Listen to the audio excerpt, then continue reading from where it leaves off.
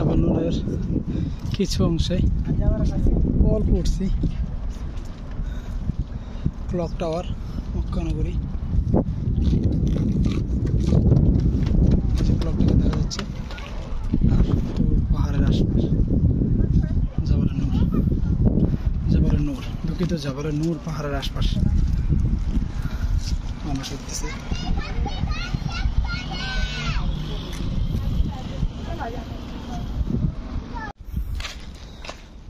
দেখতে পাচ্ছেন জাবাল নূরের অপোজিট পাশ, মক্কা নগরীর অপোজিট পাশ।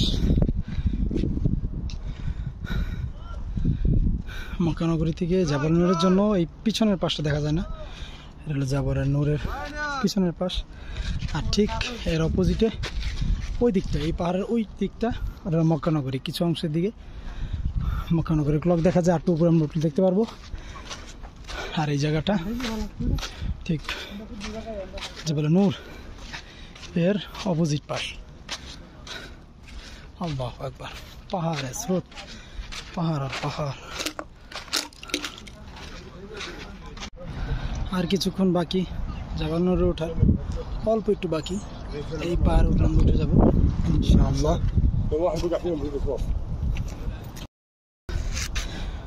আলহামদুলিল্লাহ আর অল্প অল্প কিছু দূর, 2 মিনিট লাগতে পারে।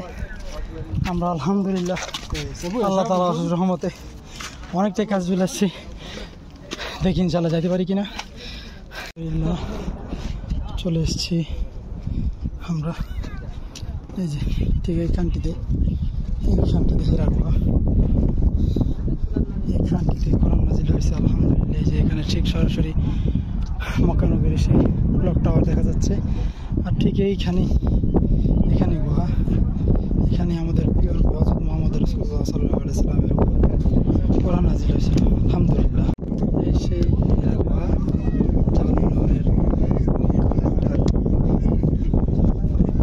দৃশ্যের মধ্যে একটি জায়গা স্থান। মানুষ, আমরা অপেক্ষায় আছি, সবাই সিরিয়ালে আছে। ভিতরে মানুষ বের হইলে আমরা যেতে পারবো কিনা তাও সন্দেহ। বিকেল করে রাত চলে আসছে, সূর্য ডুবি অবস্থা।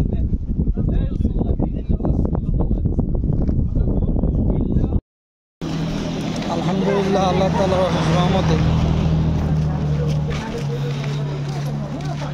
উঠেছিলাম জাবাল নূর পাহাড়ে। এখান থেকে নামছি, আমরা প্রায় অর্ধেকটা পথ নেমে গেছি। আসলে দেখতে ইউটিউবে আমরা যখন ভিডিও দেখি বা বিভিন্ন ভিডিওতে বা মানুষের মুখে শুনি,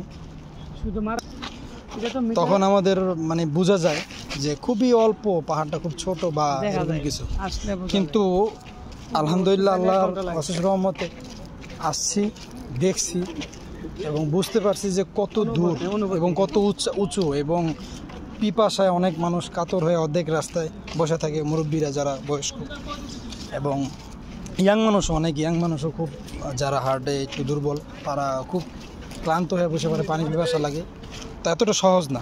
ওই যে আমরা দেখাই, এইটা হলো একদম মাথা, ওই চূড়ায় আমরা গিয়ে নামাজ পড়ছি আলহামদুলিল্লাহ। এখনও অর্ধেকের বেশি পথ বাকি, তো কম না, অনেক অনেক দূর। দোয়া করি আল্লাহ তাআলা যেন সকল মুসলিম উম্মাহকে যেন আল্লাহর কাবাঘর, নবীর রওজা মুবারক এবং বিভিন্ন জায়গাগুলো যেগুলো ইসলামের মূল জায়গা এবং স্মৃতিবিদারক জায়গা, সেই সব জায়গাগুলো সবাইকে আল্লাহ তাআলা যেন দর্শন করার তৌফিক দান করেন।